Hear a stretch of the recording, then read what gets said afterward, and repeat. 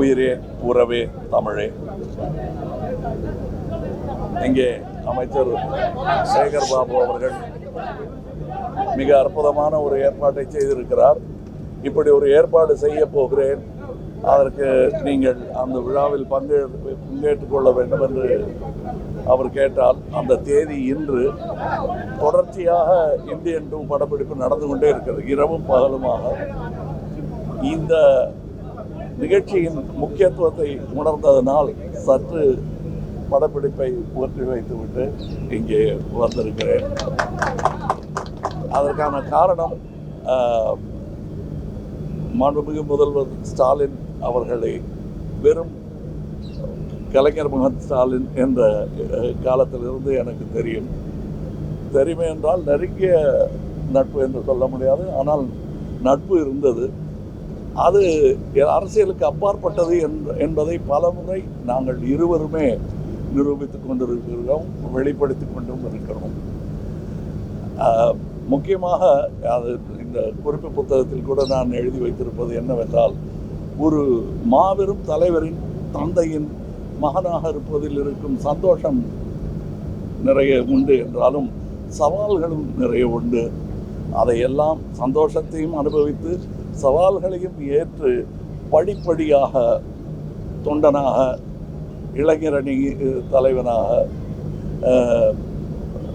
சட்டமன்ற உறுப்பினராக, மேயராக, அமைச்சராக, துணை முதல்வராக, இன்று தமிழகத்தின் முதல்வராக என்று படிப்படியாக உயர்ந்து வருவது என்பது அவருடைய பொறுமையை மட்டுமல்ல, திறமையையும் காட்டுகிறது.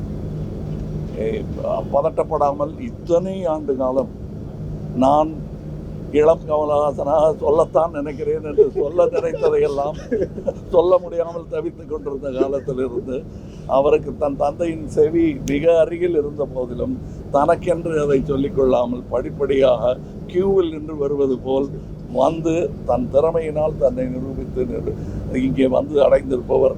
இது நான் சொல்லும்போது எனக்கே ஆமாம்ல அப்படின்னு ஆச்சரியமாக இருக்கு. சரித்திரத்தை நாம் அடிக்கடி நினைவுபடுத்திக் கொண்டிருக்க வேண்டிய அவசியம் என்று இருக்கிறது. ஏனென்றால் சரித்திரத்தை மாற்றி எழுத துடித்துக் கொண்டிருக்கிறார்கள் பலர். அதுவும் தமிழர்களின் சரித்திரத்தை மாற்றி எழுதுவதில் பெரிய ஆர்வம் காட்டும் பலர் இருக்கிறார்கள். அதற்கு சவால் விடுவது போல் நாம் நினைவு கூர்ந்து கொள்ள வேண்டும். அந்த ஒரு நினைவுதான் இது இல்லை என்றால் நம்ம ஆமாம் அப்படிங்கிற பேர் மட்டும்தான் ஞாபகம் வச்சுக்குவாங்க. எப்போவுமே சொல்லுவாங்க, நல்ல செய்தி தவாலில் வரும், கெட்ட செய்தி தந்தியில் வரும். அந்த மாதிரி தான் இதெல்லாம் நல்ல செய்தி. நம்ம அதை தவால் போட்டுக்கிட்டே இருக்கணும் அடிக்கடி. அந்த ஒரு விஷயத்தை தான் செய்திருக்கிறார் அமைச்சர் சேகர் பாபு அவர்கள். அவருக்கு உறுதுணையாக இருந்தார் என்பதை அவரே சொல்கிறார். நம்முடைய சட்டமன்ற உறுப்பினர்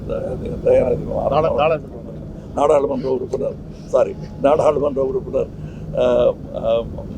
தயாநிதி மாறன் ஐயா அவர்கள், மேயர் பிரியா அவர்கள், ஜோ மல்லூரி அவர்கள் ஆகியவர்களுக்கு நன்றி சொல்ல ஒரு நண்பனாக, தமிழனாக கடமைப்பட்டிருக்கிறேன்.